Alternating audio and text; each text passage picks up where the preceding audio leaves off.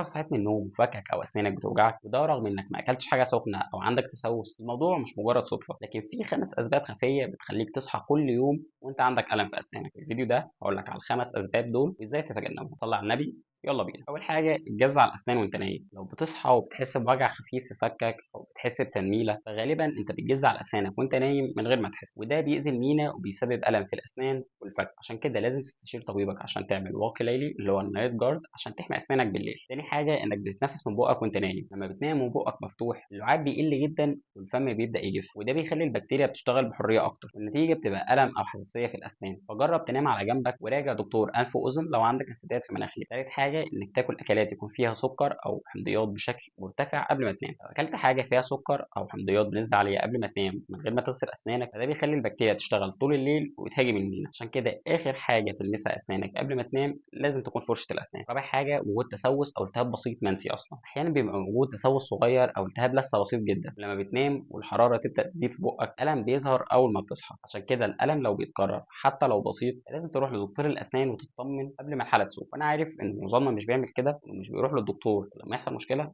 بس انا كان لازم اقول لك برضه. خامس حاجه مشاكل في مفصل الفك، وده المفصل اللي بيربط الفك بالراس، ولو بيحصل فيه شد او التهاب الالم ممكن يمتد لاسنانك فتبدا تحس ان اسنانك كلها توجعك، لكن المشكله مش في اسنانك اصلا. عشان كده الحل انك تدي راحه كفايه لفكك وحاول ما تاكلش البان بشكل كبير، ولو الالم مستمر لازم تراجع دكتور اسنان متخصص. في النهايه الالم الصبح مش دايما بيبقى سببه الاسنان نفسها، اوقات بيكون من عاده سيئه او من مشكله متكرره. في النهايه ما تنساش اللايك والسبسكرايب، وسلام.